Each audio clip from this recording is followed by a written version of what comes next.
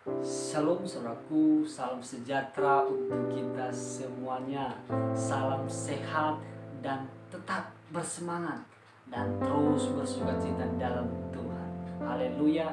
Saya berdoa saudaraku yang terkasih dimanapun saudara berada, kiranya Tuhan memberkati dan menyertai saudara semuanya. Haleluya. Nah, hari ini saya akan membagikan sebuah kebenaran firman Tuhan yang sangat dahsyat dan luar biasa dan akan memberkati kita semuanya dengan tema hidup di dalam kemurahan Tuhan. Haleluya. Mungkin tidak asing di telinga kita, tetapi mari kita mengizinkan firman Tuhan untuk membangkitkan roh kita kembali, iman kita kembali. Haleluya. Saudara yang terkasih, kira-kira apa sih artinya kemurahan Tuhan?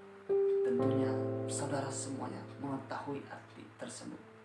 Kemurahan Tuhan sama halnya dengan kebaikan Tuhan, sama artinya dengan kebaikan Tuhan, dengan kasih Tuhan.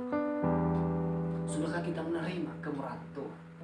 Sudahkah kita hidup kemurahan Tuhan? Tentunya sudah, karena kita ada sampai saat ini itu juga karena kemurahan Tuhan. Tetapi persoalannya ialah, sudahkah kita merasa cukup dalam kemurahan Tuhan? Tentunya tidak. Kenapa? Kalau kita sudah merasa cukup dalam kemurahan Tuhan, berarti kita sudah siap untuk dipanggil Bapa. Haleluya. Nah, tetapi saya percaya kita masih ingin melanjutkan perjalanan hidup kita di bumi ini. Kenapa? Karena masih banyak tugas tanggung jawab yang harus kita kerjakan di bumi ini. Haleluya. Oleh sebab itu, kita ingin terus hidup dalam kemurahan Tuhan. Kita ingin supaya terus menerima kemurahan Tuhan. Nah, persoalannya, apa yang harus kita lakukan? Tentunya ada dong hal yang harus kita lakukan. Nah, saya mengajak kita untuk membuka firman Tuhan yang sangat dahsyat dan luar biasa di kitab Perjanjian Lama, di kitab 2 Samuel 9 ayat 1 sampai 9. Haleluya. Di sini kita akan belajar bagaimana Mephiboset menerima kemurahan dari Raja Daud. Saudara yang terkasih, yang pertama yang membuat Mephiboset boleh menerima kemurahan dari Raja Daud, yaitu karena adanya suatu perjanjian.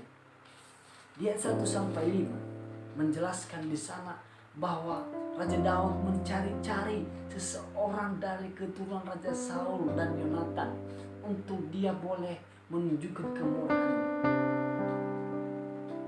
Dan keturunan Raja Saul dan Yonatan tersebut ialah Mephiboset sendiri. Nah, kenapa Raja Daud ingin menunjukkan kemurahannya kepada Mephiboset? Karena Yonatan di ayat 1 berkatalah Daud, masih adakah orang yang tinggal dari keluarga Saul? Maka aku akan menunjukkan kasihku kepadanya oleh karena Yonatan. Jadi di sini Raja Daud ingin menunjukkan kemurahan kepada Mephiboset karena Yonatan. Yonatan itu siapa? Yonatan itulah ayahnya Mephiboset sendiri. Kenapa Raja Daud ingin menunjukkan kemurahannya kepada Mephiboset hanya oleh karena Yonatan? Karena adanya perjanjian antara Yonatan dan Raja Daud. Kalau saudara masih ingat cerita tentang Raja Saul dan Raja Daud, di mana pada saat itu Raja Saul ingin membunuh Raja Daud karena ia iri dan cemburu kepada Raja Daud. Tetapi pada saat itu Yonatan anak Raja Saul berusaha menyelamatkan Raja Daud dari rencana-rencana ayahnya tersebut, rencana Raja Saul tersebut. Tetapi sebelum Yonatan menyelamatkan Raja Daud, ia memberi sebuah perjanjian. Ia mengikat suatu perjanjian dengan Raja Daud. Saudara bisa membuka perjanjian mereka di kitab 1 Samuel 20 ayat 14 sampai 16. Di sana tercatat, di sana tertulis tentang perjanjian mereka. Dan singkat cerita saudaraku terkasih, perjanjian tersebut digenapi oleh Raja Daud di kitab 2 Samuel 9 ini ayat 1 sampai 9 dan ayat berikutnya. Dia ingin menggenapi janjinya tersebut. Dia ingin menunjukkan kemurahannya kepada Mephiboset, keturunan Gad. Jadi, saudara terkasih, Mephiboset boleh menerima kemurahan Raja Daud karena adanya perjanjian antara Yonatan ayahnya dengan Raja Daud. Dan yang kedua, yang membuat Mephiboset boleh menerima kemurahan dari Raja Daud, yaitu karena dia bergantung, berserah kepada Raja Daud. Di ayat 6 sampai 7 berkata, dan Mephiboset bin Yonatan bin Saul masuk menghadap Daud. Ia sujud dan menyembah. Kata Daud, Mephiboset, jawabnya, inilah hamba Tuanku. Dia berkata, inilah hamba Tuanku. Seolah-olah ataupun seakan-akan dia berkata, inilah hamba, inilah aku Tuhan. Lakukanlah apa yang kau mau lakukan di dalam kehidupanku. Kerjakanlah Tuhan apa yang kau ingin kerjakan dalam hidupku. Artinya dia bergantung, berserah penuh kepada Raja Daud. Dan itulah yang membuat dia boleh menerima kemurahan Raja Daud. Dan berikutnya, yang ketiga, yang membuat Mephiboset boleh menerima kemurahan dari seorang Raja Daud, yaitu karena dia bersikap seperti seorang hamba. Dia 8 dan 9 di sana berkata, lalu sujudlah Mephiboset dan berkata, apakah hambamu ini sehingga engkau menghiraukan anjing mati seperti aku? Dan selanjutnya, di sini Mephiboset bersikap seperti seorang hamba. Dia berkata, apakah hambamu ini Tuhan? Bahkan dia mengibaratkan dirinya seperti seorang anjing mati yang tidak berguna, yang tidak berdaya.